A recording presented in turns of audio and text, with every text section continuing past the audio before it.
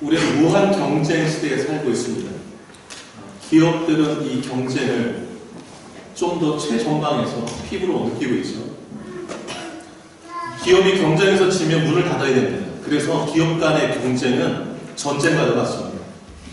전쟁은요, 상대방을 죽이지 않으면 내가 죽기 때문에 살기 위해 상대방을 죽이려 하는, 그게 전쟁의 특징이죠. 전쟁에서 살아남지 않으면, 내가 살지 않으면 상대방을 죽여야 하는 이 상황이기 때문에 좀 살벌한 우리의 삶이 현장 속에서 좀 벌어지고 있습니다. 내가 속한 사회가 경쟁 사회다라는 생각이 은연중에 우리 마음 가운데 있기 때문에 주변 사람들을 적으로 볼 때가 많이 있어요. 경쟁의 대상으로 보는 것이죠. 사랑의 대상으로 보기보다. 그리고 또 한 가지는 뭐냐면, 이제 경쟁이다, 좀 더 살벌하면 전쟁이다. 그래서 내가 살려면 저 사람을 눌러야 된다, 짓밟고 올라가야 된다, 뭐 이런 생각을 갖게 되는 것이죠.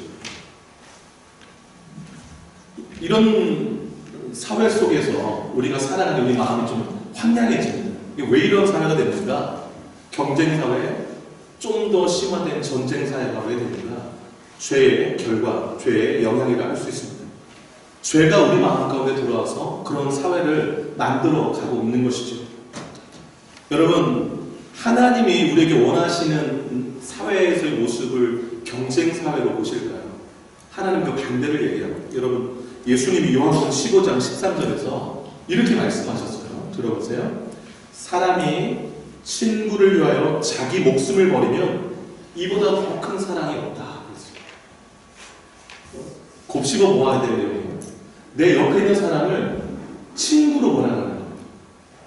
그리고 내가 그 사람을 짓밟고 올라가서 내가 살려고 하지 말고 그 사람을 위해 죽으라는 거예요. 그러면 예수님의 친구가 된대요.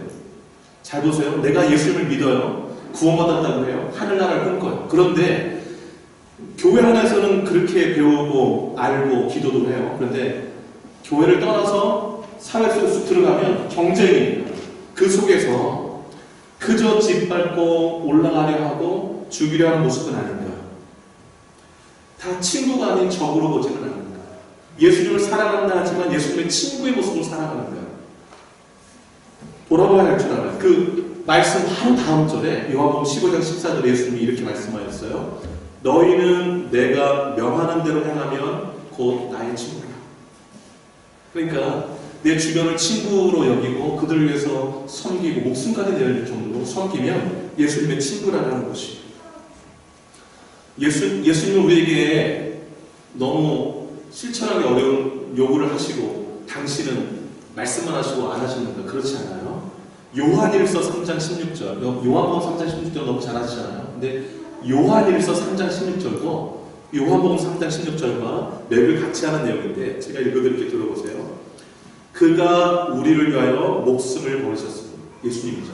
예수님이 우리를 위하여 목숨을 버리셨으니 우리가 이로써 사랑을 알고 우리도 형제를 위하여 목숨을 버리는 것이 마땅합니다. 여러분, 예수님이 목숨 버리 우리를 사랑해 주셨어요. 그래서 참 사랑이 무엇인지를 알게 되었다는 것이죠. 그래서 우리들도 형제들을 위해서 목숨을 버리는 것이 마땅하다라는 것입니다. 그래서 예수님은 이 사회를 경쟁 구도로 보지 말고 섬김의 마인드로 이 세상 속에서 살아가라고 말씀해요. 마태복음 20장 28절에 인자가 온 것은 섬김을 받으려 함이 아니라 도리어 섬기려 하고 자기 목숨을 많은 사람의 대속물로, 대신 희생물로 주려 하심이라고 그랬어요. 예수님이 이 땅에 오신 것은 짓밟고 나에게 무조건 굴복하고 섬겨라 이러고 오신 게 아니라 그렇게 하셔도 아무 상관없으신 분인데 오히려 당신의 목숨을 죄인인 우리를 위하여 십자가에 내어주시는 것 같아요.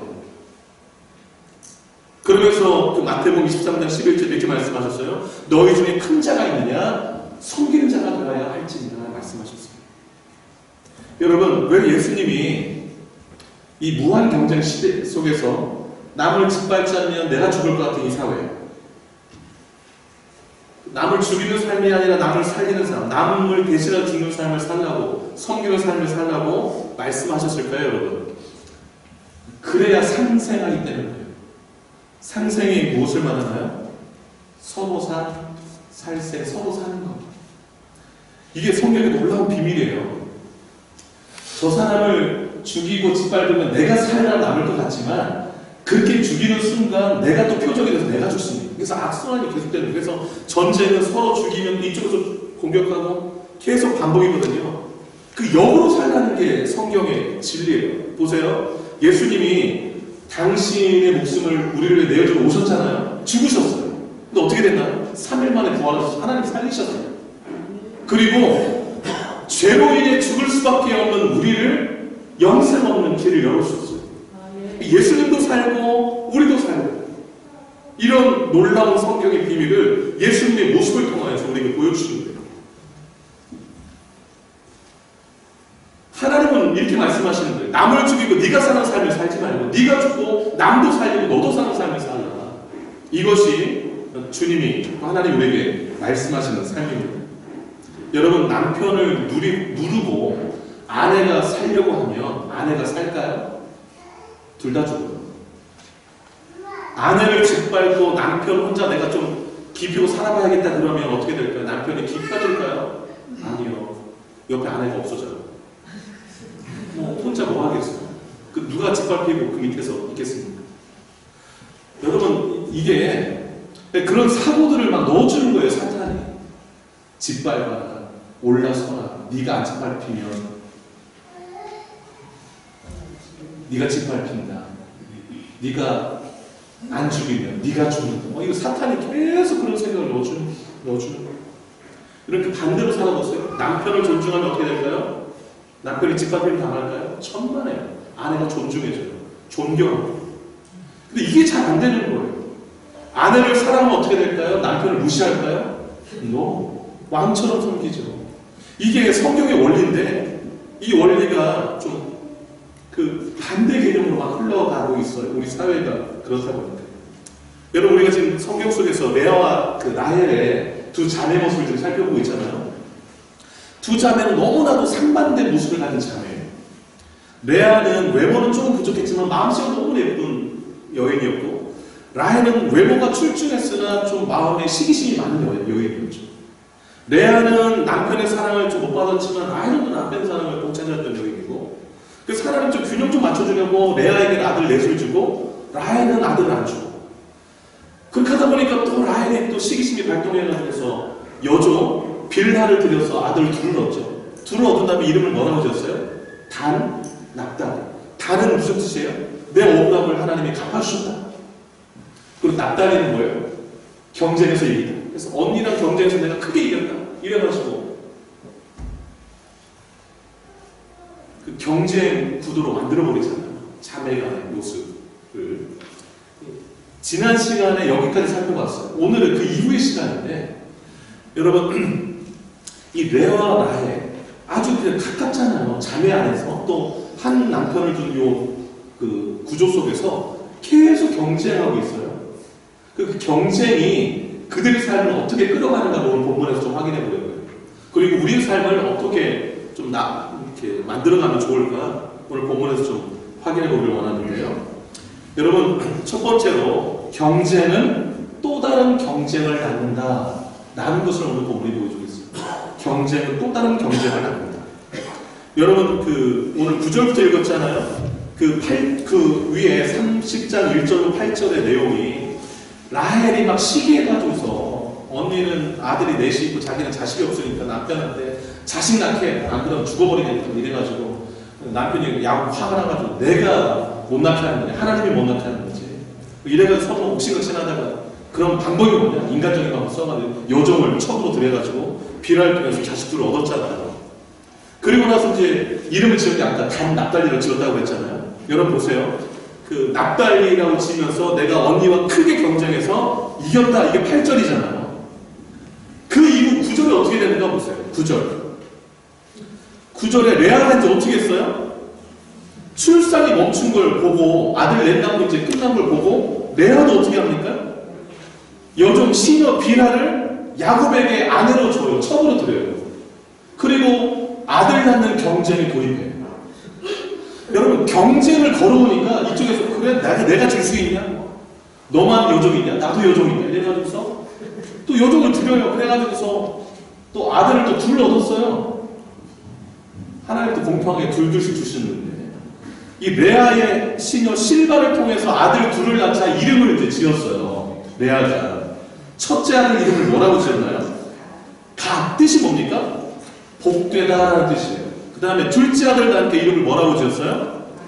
아셀. 뜻이 뭐예요? 기쁘다. 다 따라하실 거예요. 복되다. 기쁘다. 누가 복되고 누가 기쁘다는 말일까요? 본인 얘기예요. 본인. 이야, 나 이제 복되다 이런 얘기. 나 이제 기쁘다 이거예요. 경쟁에서 좀 이겨가지고. 씁쓸한 부분이에요, 여러분. 이 아들 이름들 짓는 거 잘 보세요. 그 아들의 미래와 그 자식의 장래를 위해서 고심하면서 이름 짓는 게 아니라 다 자기와 관련돼서 이름을 지어요. 막. 여러분, 레아가 첫째 아들 낳고 이름을 르벤이라고 지었잖아요. 그 뜻이 뭐예요? 뜻이 32절에 29장 30절 보세요. 그 뜻이 뭐예요? 여호와께서 나의 괴로움을 돌보셨다. 네, 그 뜻이에요. 돌보셨다. 그래서 이제 르벤이라고 이름을 지은 거예요. 그 다음에 시몬 낳고 둘째 아들 낳고 뭐라고 지었어요? 이름을? 아니, 시몬이라고 지었죠. 그 뜻이 뭐예요? 그 뜻이 33절에 여호와께서 내가 사랑받지 못함을 들으셨다, 듣다라는 뜻으로 시몬이라고 지었어요. 셋째, 레위 낳고서는 이름을 레위라고 지었는데 그 뜻이 뭐예요? 34절에 예, 내 남편이 이제 지금부터 나와 연합하리라. 유다는 무슨 뜻이에요? 35절에 내가 이제는 여호와를 찬송하리라. 전부 다 누구와 관련이 있어요? 다 자기와. 내가 이제 뭐하리라, 내가 뭐하리라. 그래서 아들 낳고 그런 거 다 그냥 자기의 소원을 반영해서 이름을 막 다 짓는 거예요. 여러분, 라헬도 똑같았잖아요. 단 억울함을 풀어줬다. 경쟁에서 이겼다. 단 낙달리. 그런데 레아가 또 그냥 그 여정통에서 둘 낳고서 갓, 아셀, 나는 복된 여인이다. 나는 기쁜 여인이다. 이러면서 이름을 막 지어내는 거예요. 너만 좋냐? 나도 좋다. 이러면서 서로 경쟁하는 그런 거죠.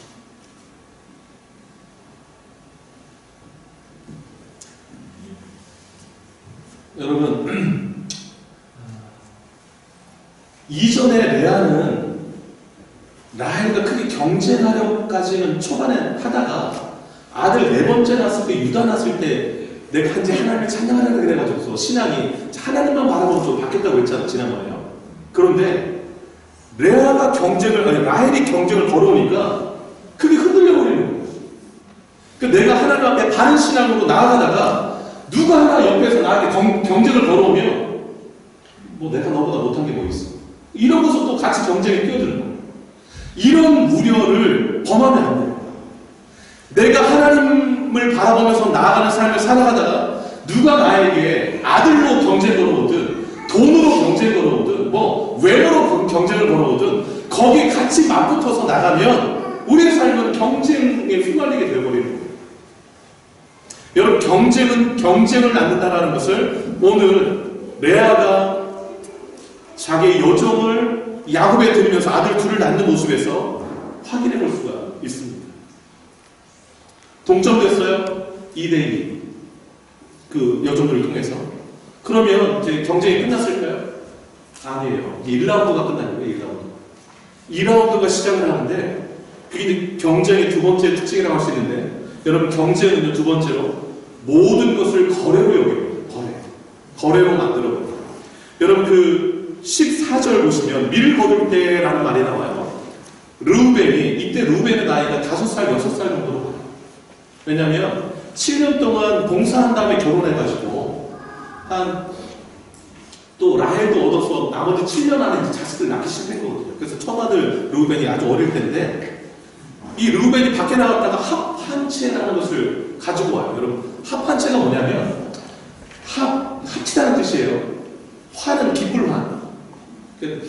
부부가 합쳐져가지고서 기쁘다. 이제 부부가 잠자리를 통한 기쁨을 말하는 거예요. 근데 채는 뭐냐? 나물채. 그러니까 부부가 그 잠자리를 잘 가질 수 있도록 해주는 나물. 이게 합한채예요. 합한채. 근데 이 합한채가 최음제, 성욕을 촉진하는 약재, 강장, 체력을 좀 증진시키는 약재로 유명한데요.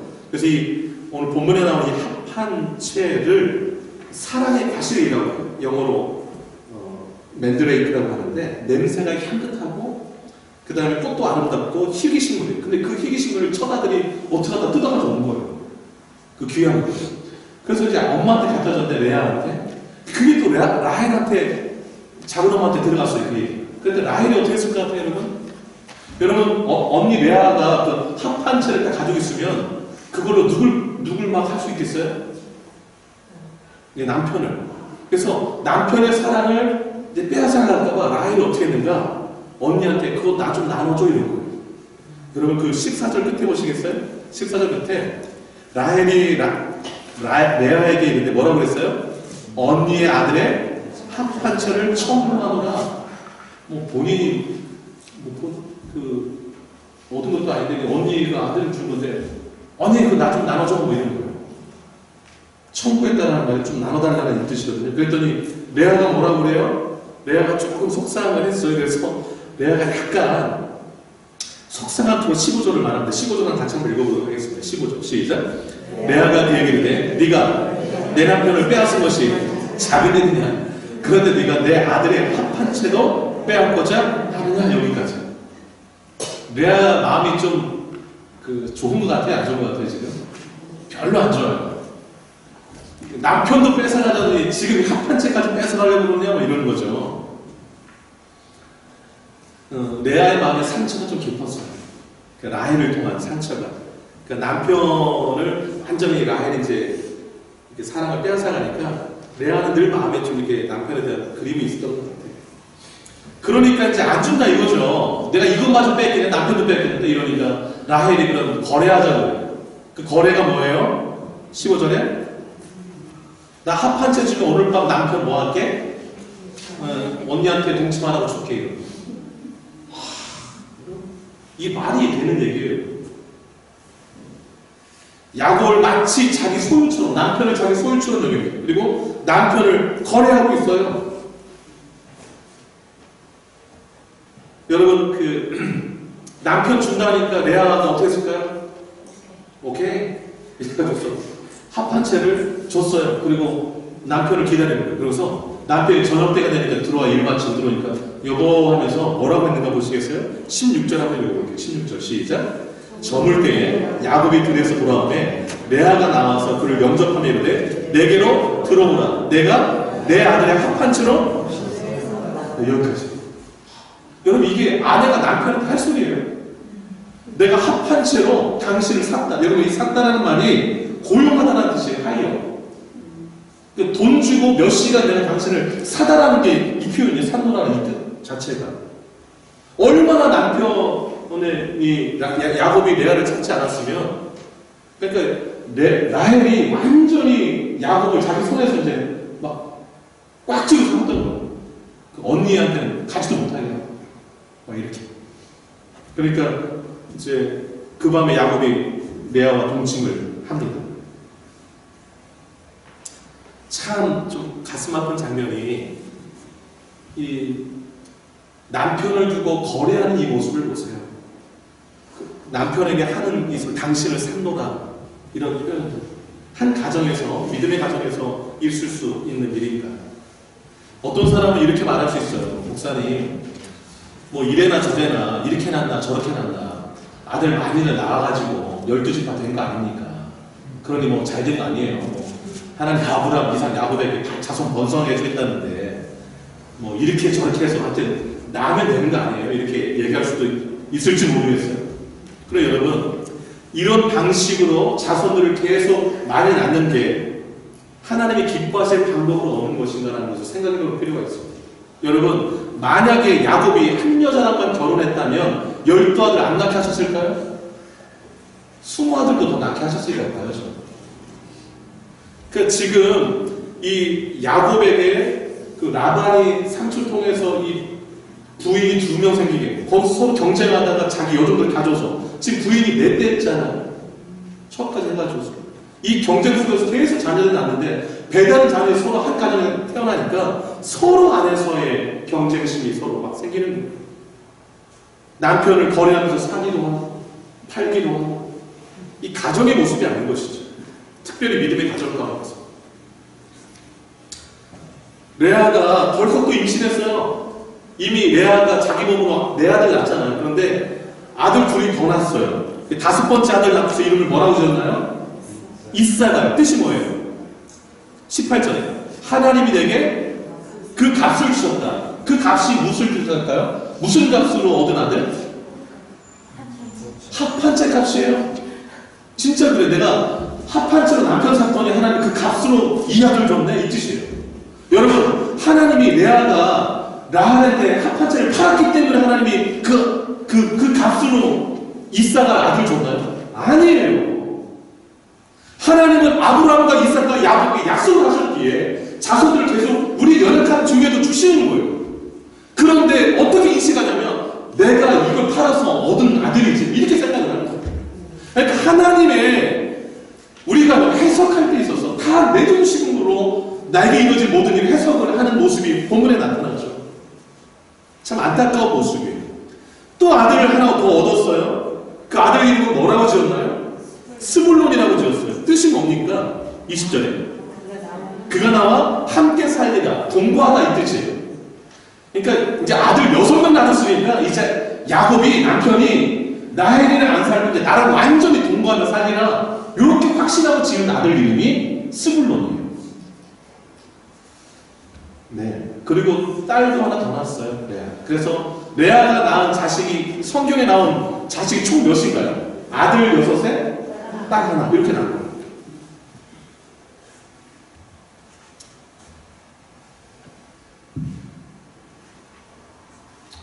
레아가 원래 이런 여인이 아니었는데 마음이 착했는데 경쟁 속에 돌입하다 보니까 막 이렇게 하나님만으로 나에게 참마음도 살기보다 다시 남편을 향해서 마음이 이렇게 기울어서 남편만 몸의 물만 바라보고 나아가는 자기도 남편을 좀 소유하고 싶어하는 이 모습으로 마음이 이렇게 흘러가는 것을 오늘 본문이 보여주고 있는 거예요.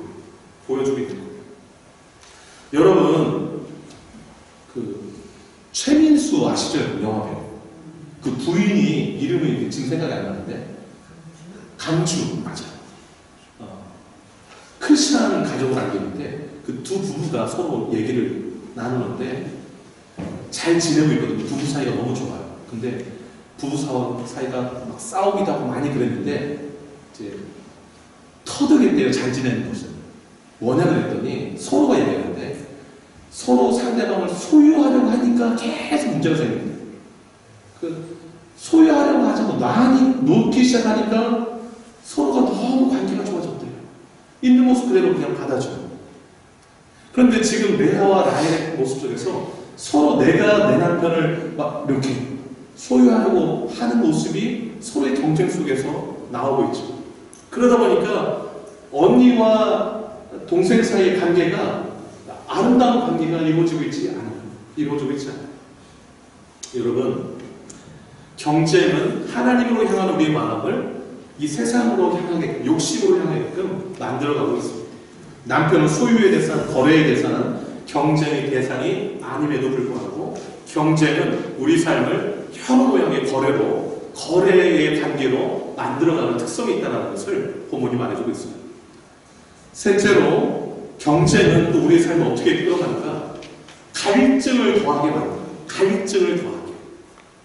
여러분 오늘 보면 22절을 잠깐 보세요. 참 은혜의 구절인데요. 하나님이 누구를 생각하셨어요? 라헬. 그래서 라헬의 소원을 들어주셔서 임신하는 거죠. 낳았는데 아들 낳았네. 그 이름을 뭐라고 지었어요? 요셉. 여러분 요셉이라는 이름의 뜻이 두 가지가 있어요. 기억하세요? 하나는 씻다. 씻다라는 뜻이 있고요. 또 하나는 더하다. 더함이라는 뜻이 있어요. 그래서 여러분 23절 24절 같이 한번 읽어볼게요. 23절 24절 읽어봅니다. 시작.